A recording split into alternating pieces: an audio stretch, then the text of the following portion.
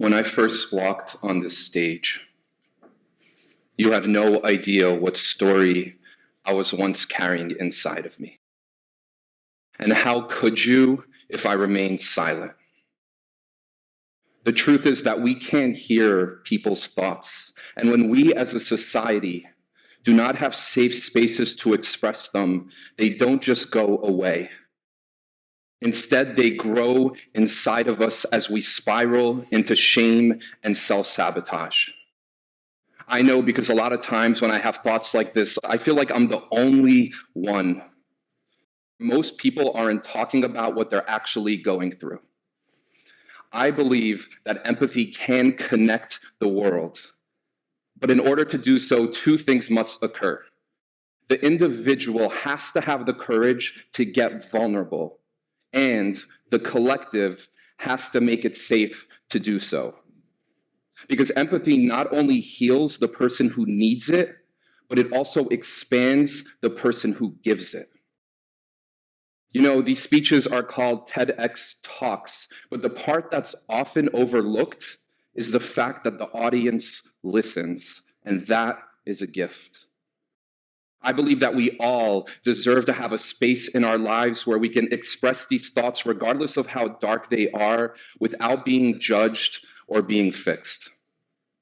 You know, when I decided to give a talk on empathy, one of the challenges is that no amount of statistics, percentages, or slides can make the point as much as direct experience. A couple of the building blocks of empathy is to be heard and to be seen. Usually one of those things has to happen before we can get to the point of being understood and being felt. Now, we just practiced the first part. You all gave me the gift of listening, and for that, I thank you.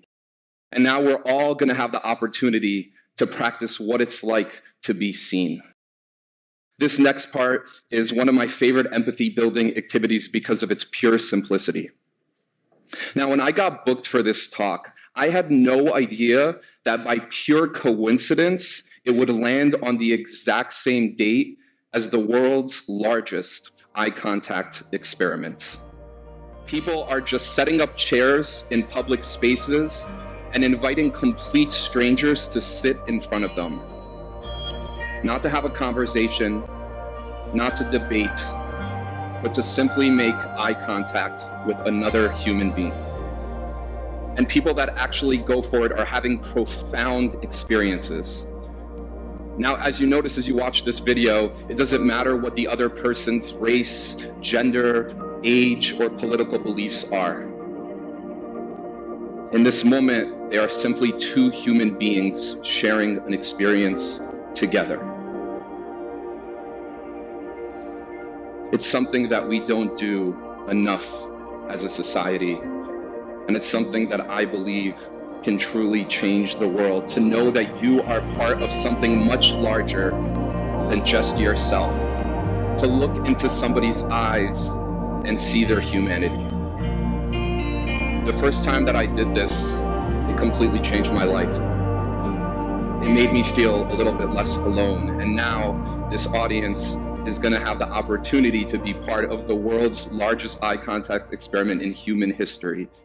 So what I'm going to ask you right now is to find one partner, someone sitting on your left or right, preferably a stranger, to partner up with and face each other. And if you don't have a partner, I'm going to ask you to raise your hand and find somebody else whose hand is raised. And go ahead, reach out to somebody that you may not know, make some eye contact. And I'm going to ask everybody to do this next part in complete silence, to not ask them what their name is, to not even introduce yourself, to keep it as anonymous as possible. And for the next minute, in complete silence, look into this person's eyes, as quietly as you can without saying a word. See if you can just look into this person and see yourself in them. Initially, there might be a need to smile, or maybe you're feeling a little uncomfortable. See if you can get past that. Because at one point in time, this human being in front of you was just an innocent baby. Perhaps this person has had a lifetime full of tragedies from then until now. Maybe the person in front of you has gone through so much as a child. Maybe this person is dealing with a broken heart at this moment, and you just holding space for them is a gift. For some people in this room, they may have lost somebody who they love to cancer, to suicide, to addiction. What is the story of this person in front of you? What parts of yourself do you see in them? And if they needed you, would you be there to simply hold space and listen to them?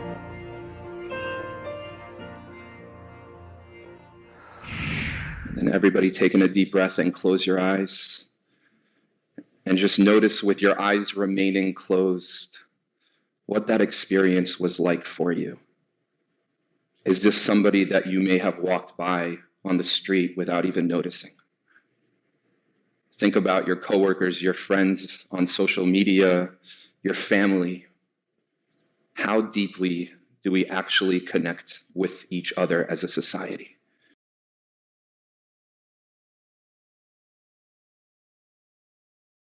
And then I'm going to ask everyone to take in another deep breath and go ahead and open your eyes. And staying where you are, if you feel a little bit more connected to the person that you just partnered with than just a minute ago, I'm going to ask everyone to stand up in front of their chairs. If you feel more connected to the people in this room than just a couple minutes ago, please stand up in front of your chairs. And then I want to ask everyone to go ahead and put your arms around the person on your left and right.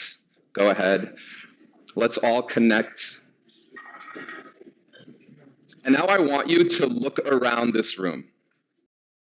That literally took 2 seconds. It took 2 seconds for us to feel more connected to each other.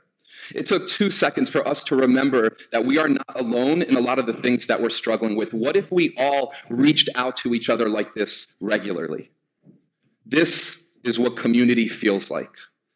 This is what family is supposed to feel like. Take a look around one more time. You all created this moment. Thank you so much for your vulnerability. Go ahead and have a seat.